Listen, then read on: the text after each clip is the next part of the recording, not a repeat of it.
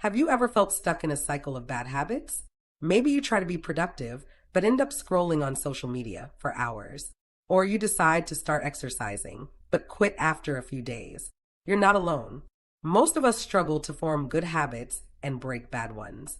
But what if I told you that changing your life isn't about making drastic changes overnight? Instead, it's about making small, consistent improvements just 1% better every day. Over time, these tiny changes compound into massive transformations. That's the core idea behind Atomic Habits by James Clear. This book isn't just about forming habits. It's about transforming your identity and designing a system that makes success inevitable. By the end of this video, you'll learn a step-by-step process to build habits that last, break free from bad ones, and unlock your full potential. So sit back, relax, and let's dive deep into one of the most life-changing books of our time, Atomic Habits. Imagine you're flying from Los Angeles to New York, but right before takeoff, the pilot adjusts the nose of the plane just 3.5 degrees south.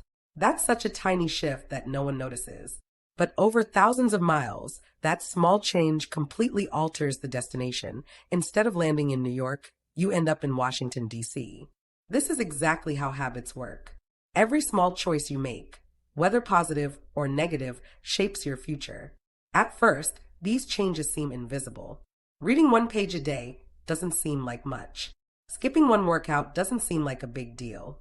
But over time, these tiny decisions compound into life-changing results. The problem is we expect instant gratification.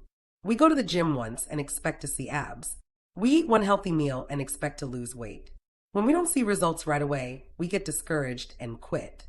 But success isn't about making huge leaps. It's about making small, consistent improvements over time.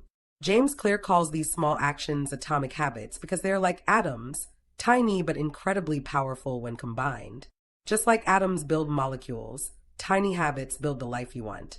Most people try to change their habits the wrong way. They focus on outcomes rather than identity. They say things like, I want to lose weight, or I want to read more books, or I want to save money. But here's the problem. Focusing on outcomes doesn't lead to lasting change. Instead, you need to focus on identity. Instead of saying, I want to lose weight, say, I am a healthy person. Instead of saying, I want to read more books, say, I am a reader. Why does this work? Because your habits are a reflection of who you believe you are. If you identify as a healthy person, you'll naturally make healthier choices. If you believe you're a writer, you'll write more. The goal is not just to achieve something, it's to become the type of person who naturally does those things. Every time you perform a habit, you are casting a vote for the type of person you want to become. If you go to the gym, you're voting to be a healthy person. If you write a paragraph, you're voting to be a writer. These small votes eventually shape your identity.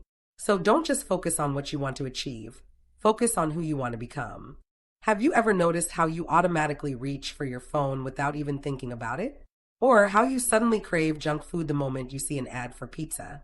This isn't a coincidence. It's because habits operate on a subconscious loop. And once this loop is ingrained in your brain, it becomes automatic. James Clear explains that every habit follows the same four-step pattern. This is known as the habit loop, and understanding it is the key to controlling your behavior. Step 1, the cue. The cue is the trigger that tells your brain to initiate a habit. It's something in your environment that signals, hey, it's time to do this thing now. For example, let's say every morning you wake up and the first thing you see is your phone. That's a cue. It triggers a habit of checking notifications before even getting out of bed. Step 2, the craving. Cravings are what make you act on a habit. If the cue is the trigger, the craving is the desire that follows it. You don't actually crave checking your phone. You crave the dopamine rush of seeing messages and updates. Step 3, the response. This is the actual behavior, the action you take in response to the craving. If your cue was waking up and seeing your phone, and your craving was to feel connected, the response is you pick up your phone and start scrolling. Step 4, the reward. The reward is the reason your brain remembers the habit. It's the payoff you get for completing the loop. You check your phone, see a funny meme, and feel entertained. Your brain registers this as a positive outcome, reinforcing the cycle. Next time, when the same cue appears, waking up, the loop automatically begins again. This process applies to both good and bad habits. If your habit is going to the gym, the cue might be laying out your workout clothes the night before. The craving is wanting to feel energized. The response is actually going to the gym. The reward is feeling accomplished after your workout. Once you recognize this loop, you can interrupt bad habits and reinforce good ones. You can remove negative cues, so you don't even get triggered in the first place, and you can create cues that make good habits easier. Now that we understand how habits work, let's talk about how to actually change them. James Clear introduces the 4 laws of behavior change, a simple formula for building good habits and breaking bad ones. Law number 1, make it obvious.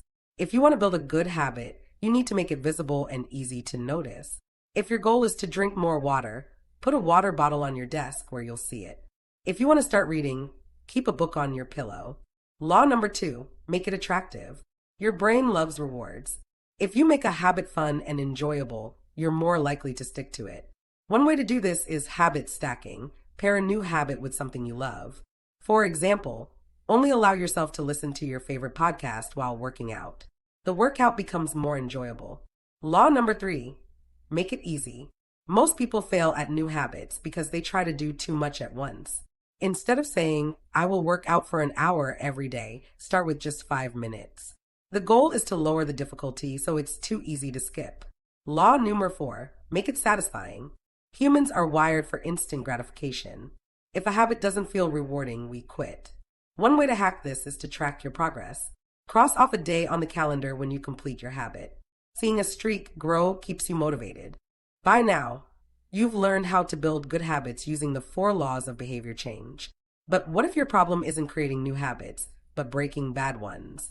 Whether it's biting your nails, scrolling on social media, eating junk food, or procrastinating, bad habits feel impossible to stop because they offer instant gratification. Here's the good news. You don't need willpower to quit bad habits. You just need to reverse the 4 laws of behavior change. Let's break it down. Habits start with a cue, something that triggers your brain into action. If you remove the cue, you break the cycle before it even begins. Example 1, social media addiction. If the first thing you do when you wake up is grab your phone and scroll, the cue is seeing your phone. The solution? Charge your phone in another room. Out of sight, out of mind. Example 2, unhealthy eating. If you struggle with snacking, the cue might be seeing chips on the kitchen counter. Solution? Store junk food in hard-to-reach places, or don't buy them at all. Example 3, video games or TV binge watching. If you waste time watching TV, the cue is seeing the remote on the couch. Try putting the remote in a drawer or removing the batteries. The harder it is to access, the less likely you are to do it. Bad habits often feel good in the moment, but bad in the long run. The trick is to reframe how you see them, so they become less appealing. Example 1, smoking. Most smokers focus on the immediate relief smoking provides. Instead, if you visualize the long-term damage, like black lungs and higher risk of cancer, smoking suddenly seems less attractive. Example 2, junk food. Instead of seeing junk food as delicious, remind yourself it's processed chemicals designed to make you addicted. Example 3, procrastination. Instead of saying, I'll do it later, start telling yourself, every minute I delay, future me will suffer more. Now, procrastination feels like self-sabotage, making it less tempting. Every habit follows the path of least resistance. The easier something is to do, the more likely we are to do it.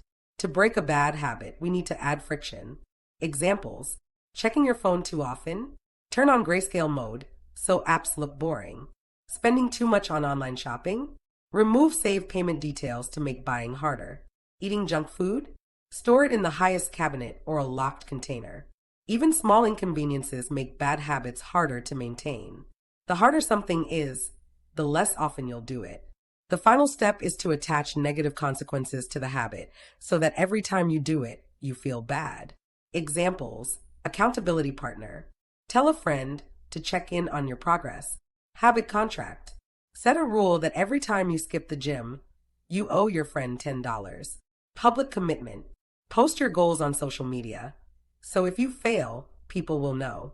The goal is to make the bad habit feel embarrassing or painful, so you're less likely to do it. One of the biggest reasons people fail at new habits is that they try to do too much too soon. They decide to start working out and go straight into a 60-minute workout. They try to read more and aim for 50 pages a day. This leads to burnout. James Clear suggests using the 2-minute rule, which means starting with a habit that takes 2 minutes or less. Examples: want to start exercising? Just put on your gym clothes. That's your goal. Want to read more? Just read 1 sentence. Want to start meditating? Just breathe deeply for 10 seconds. The idea is simple. Once you start, momentum will carry you forward. Putting on your gym shoes leads to a short walk. Reading 1 sentence turns into a full page. The hardest part of any habit is starting, so make it ridiculously easy. One of the most powerful but overlooked factors in habit formation is your environment. Your environment shapes your behavior more than motivation or willpower ever will. Example of a bad environment: if you want to eat healthy but your fridge is filled with junk food, you're set up to fail. Example of a good environment: if your fridge is stocked with fruits and vegetables, healthy eating becomes effortless. Key tip: design your space so that good habits are obvious and easy, and bad habits are invisible. So, what have we learned from Atomic Habits? Success isn't about making huge, radical changes overnight. It's about making small, consistent improvements every single day. A 1% improvement daily might seem tiny, but over time, it leads to life-changing results. We've covered how the habit loop controls your behavior, how to build good habits using the 4 laws, and how to break bad habits by reversing those same laws. We've explored the 2-minute rule, where starting small removes resistance, and the power of environment, where designing your surroundings makes success automatic. But here's the truth. Knowing this information isn't enough. Knowledge doesn't change lives. Action does.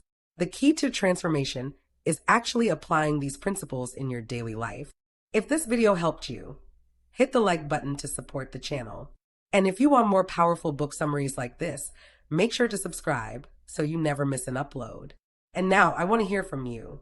What's one habit you're going to start building today? Drop it in the comments below, and let's support each other in this journey of growth and transformation. Thanks for watching, and remember, your future is built by the habits you practice today.